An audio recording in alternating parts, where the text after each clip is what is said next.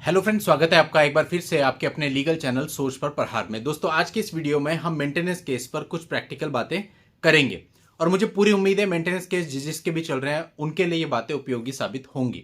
तो दोस्तों, एंड तक वीडियो में बने रहिएगा, हर पॉइंट को ध्यान से समझना। देखिए, जब एक मेंटेनेंस केस चलता है, खास तौर पे क्या, वैसे तो देखिए सभी के लिए पहली बार होता है, किसी को एक्सपीरियंस तो होता नहीं है पहले से। हाँ, वो बात अलग है कि कोई पहले से वीडियोज वगैरह देख लेता है, पढ़ाई कर लेता है थोड़ी सी, तो थोड़ा सा कॉन्फिडेंस आ जाता है, थोड़ी कुछ चीज़ें प्रैक्टिकली पता चल जाती हैं। लेकिन मोस्ट ऑफ द पर्सन वो होते हैं जिनको चीज़ों के बारे में सही तरीके से पता नहीं होता। अभी कल मेरे पास एक कॉल आया था, उनके केस में हो गया बस मेंटेनेंस ऑर्डर जैसे भी हुआ, और जो टोटल एरियर था वो 25 लाख का बना हुआ था। उनकी स्टार्टिंग कन्वर्सेशन की ऐसी थी, सर मेरे पास जान देने के अलावा कोई और रास्ता नहीं है, मैं कहां से 25 लाख लाऊंगा, मेरे पास ना तो इनकम है ना कुछ है, मैं क्या करूं। अब दोस्तों, प्रॉब्लम सारी ये है कि उस ऑर्डर को अगर वो चैलेंज भी करते हैं तो अनफॉर्चुनेटली मामले की परिस्थितियों के हिसाब से मुझे नहीं लगा कि कोई रिलीफ उनको हाई कोर्ट से मिलेगा। अब दोस्तों, ऐसी परिस्थिति में आकर के आप कई बार खड़े हो जाते हैं, और ऐसा इसीलिए होता है क्योंकि आपने पहले से पढ़ाई नहीं की होती। यानी मेंटेनेंस का नोटिस आपके पास आ गया, इवन नहीं भी आया यार, आपके डिस्प्यूट ही चल रहा है, आप पहले से अपनी स्टडी करो और चीजों को सेट करना शुरू करो, तभी तो आप सही तरीके से लड़ पाओगे। चलो, एक बार को नहीं पता था, पहले से नोटिस आ गया, उसके बाद ही स्टडी करो।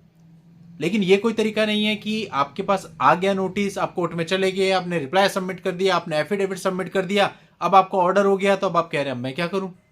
क्योंकि दोस्तों, फैक्ट से बाहर कैसे जा सकते हैं, तो डायरेक्टली फिर एक ही चीज कहनी पड़ती है कि मुकदमे के बेस पे तो आप नहीं जीत सकते। अब क्योंकि जो फैक्ट्स हैं, जो ऑलरेडी ऑन रिकॉर्ड आ गए हैं, उसे आप कैसे पलटेंगे। तो वो तो पहले से सारी चीजें सेट करनी पड़ती है, पहले से चीजों को समझना पड़ता है। और मेंटेनेंस केस को लेकर के लोगों के मन में बहुत सारे मिथ भी हैं। अब वो मिथ आप पहले अपने आज क्लियर कर लीजिए। हो सकता है वीडियो बहुत सारे लोगों को बुरा लगेगा, लेकिन दोस्तों, मैं कभी भी वीडियो बनाता हूं तो ये सोच के नहीं बनाता कि इसे बुरा लगेगा, किसे अच्छा लगेगा। मेरा काम है कि मैं आपको सही चीज बताऊं। कोर्ट के अंदर, एक कोर्ट रूम के अंदर क्या होता है, किस तरह चीजों को कंसिडर किया जाता है, वो आपके सामने रखूं। मैं किसी को सेटिस्फाई करने के लिए यहां पे नहीं हूं, मैं केवल सत्यता आपके सामने रखने के लिए हूं, ताकि बाद में आपको प्रॉब्लम ना हो, बाद में आपको धक्का ना लगे। अब मिथ समझना मेंटेनेंस केस में अपने। पहला सबसे बड़ा मिथ होता है कि सर उसने अपनी पिटीशन में झूठ बोला है, तो क्या मैं उसके ऊपर 340 लगवा करके उसको जेल भेज सकता हूं? नहीं भेज सकते। क्यों? कैसा झूठ बोला है? अगर मान लेते हैं पिटीशन के अंदर उसने बोला है आपकी सैलरी 2 लाख है, लेकिन एक्चुअल में आपकी सैलरी 1 ही लाख है, इसके बेस पे आप उसके ऊपर 340 लगा के उसको जेल नहीं भेज सकते। बहुत दूर की बात है। 340 को फैमिली कोर्ट में ठीक से कंसिडर तक नहीं किया जाता है। बहुत सारे लोग होंगे जिन्होंने ऐसा करके देखा होगा। अब 340 जो होता भी है, तो उसके लिए बहुत कंक्रीट शार्प चीजें अगर आपके पास है तो आप 340 लगा सकते हो, ना कि हर एक छोटी बड़ी स्टेटमेंट के आधार पे। तो पहला मिथ तो ये होता है, आदमी को लगता है उसने जो भी गलत लिखा है मैं उसके लिए 340 लगा दूंगा और उस पर एक्शन हो जाएगा और वो जेल चल जाएगी। ऐसा नहीं है।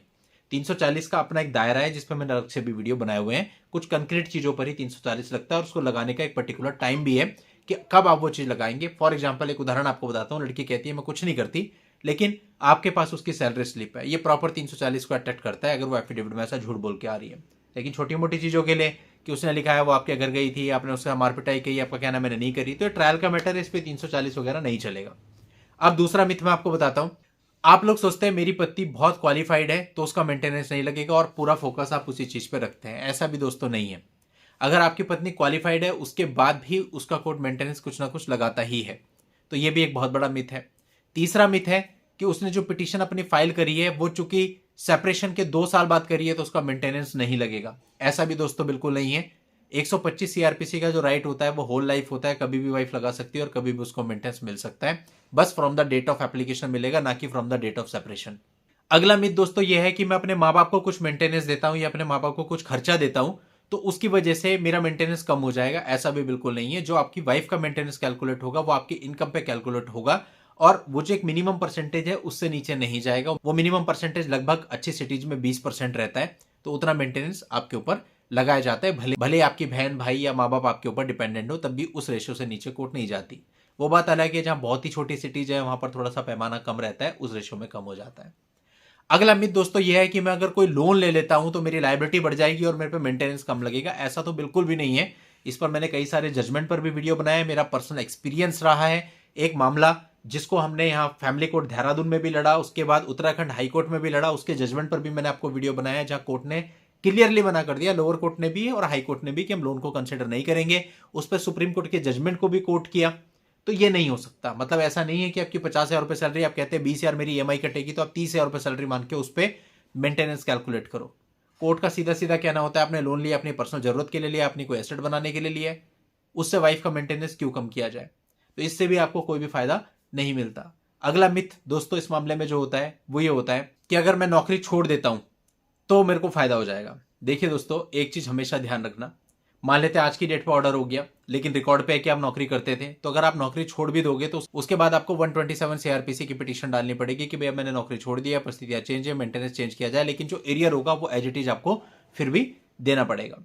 और दूसरी बात, कई बार ऐसा भी होता है कि आप नौकरी छोड़ते हैं, अब आपको भी पता होगा जो प्राइवेट कंपनीज है वो कभी आपको टर्मिनेट नहीं करती बल्कि आपसे रेजिग्नेशन लेती हैं, और रेजिग्नेशन को आप कोर्ट में फाइल करोगे तो उससे ये दिखता है कि आपने नौकरी खुद जानबूझ करके छोड़ी है।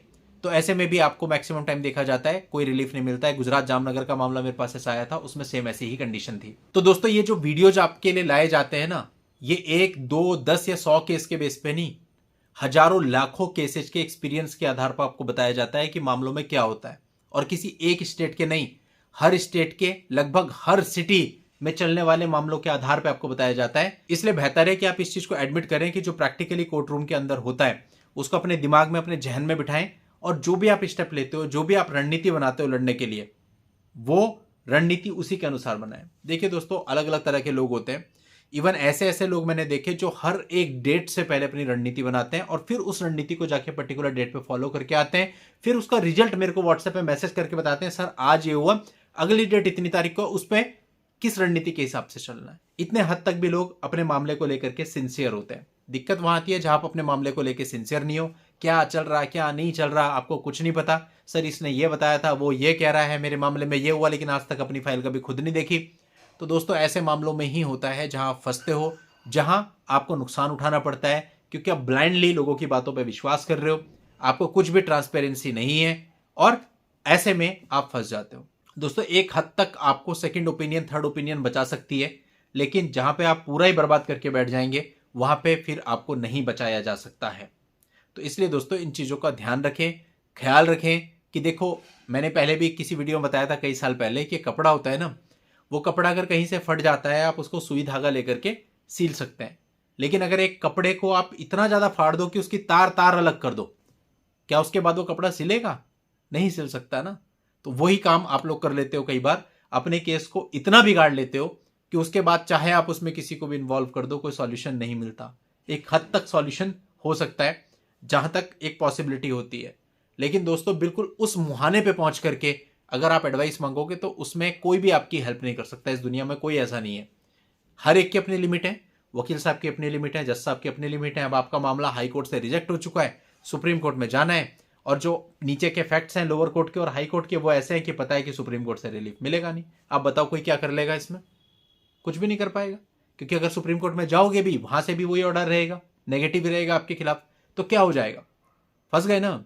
तो इसलिए इस स्टेज तक मत आने दीजिए अपने मामलों को। एक मामला मेरे पास आया था ऑस्ट्रेलिया का ऐसा, वो लोग 498 के केस में एक बार भी इंडिया में अपियर नहीं हुए पिछले 4 से 5 सालों से, सोचिए। और यहां पे वारंट चल रहे हैं, पीओ हो रखा है, प्रोक्लेम्ड ऑफेंडर जिसे कहते हैं, प्रॉपर्टीज अटैच हो रखी हैं। इतना सब होने के बाद आप सुप्रीम कोर्ट जाते हैं, और सुप्रीम कोर्ट ने भी वहां पे बहुत ज्यादा ध्यान नहीं दिया, बोला जो कुछ हुआ आपकी गलती की वजह से हुआ, आप आए क्यों नहीं? आपने ना तो आप पहले आए कभी पुलिस के पास, ना कभी आप हाई कोर्ट में आए, आप अपना कंडक्ट तो देखिए। आप प्रोक्लेम्ड ऑफेंडर हुए हैं, वो आप अपनी वजह से हुए, आपकी गलती है। अगर आप आते पुलिस इन्वेस्टिगेशन में तो क्यों पीओ होते? तो सुप्रीम कोर्ट ने किसी भी तरह की राहत देने से क्लियरली मना कर दिया। अब बताओ अब क्या होगा? सारी प्रॉपर्टीज लाखों करोड़ों रुपए की वो अटैच हो गई, प्लस यहां पर आप आएंगे तो जेल होने की भी संभावना है। तो फिर ऐसे में दोस्तों आदमी फंस जाता है। तो इस स्टेज तक खराब मत होने दीजिए चीजों को। तो उम्मीद करता हूं दोस्तों आपको चीजें समझ में आ गई होंगी, और आप इन वीडियोस से कुछ सीख करके अपने अपने मामलों में जो गलत करते हैं वो गलत करने से बचेंगे। चलिए दोस्तों, आज के इस वीडियो में इतना ही। नेक्स्ट वीडियो में नई जानकारी के साथ मैं आपसे फिर मिलता हूं। तब तक के लिए good bye and thank you for watching. Take care.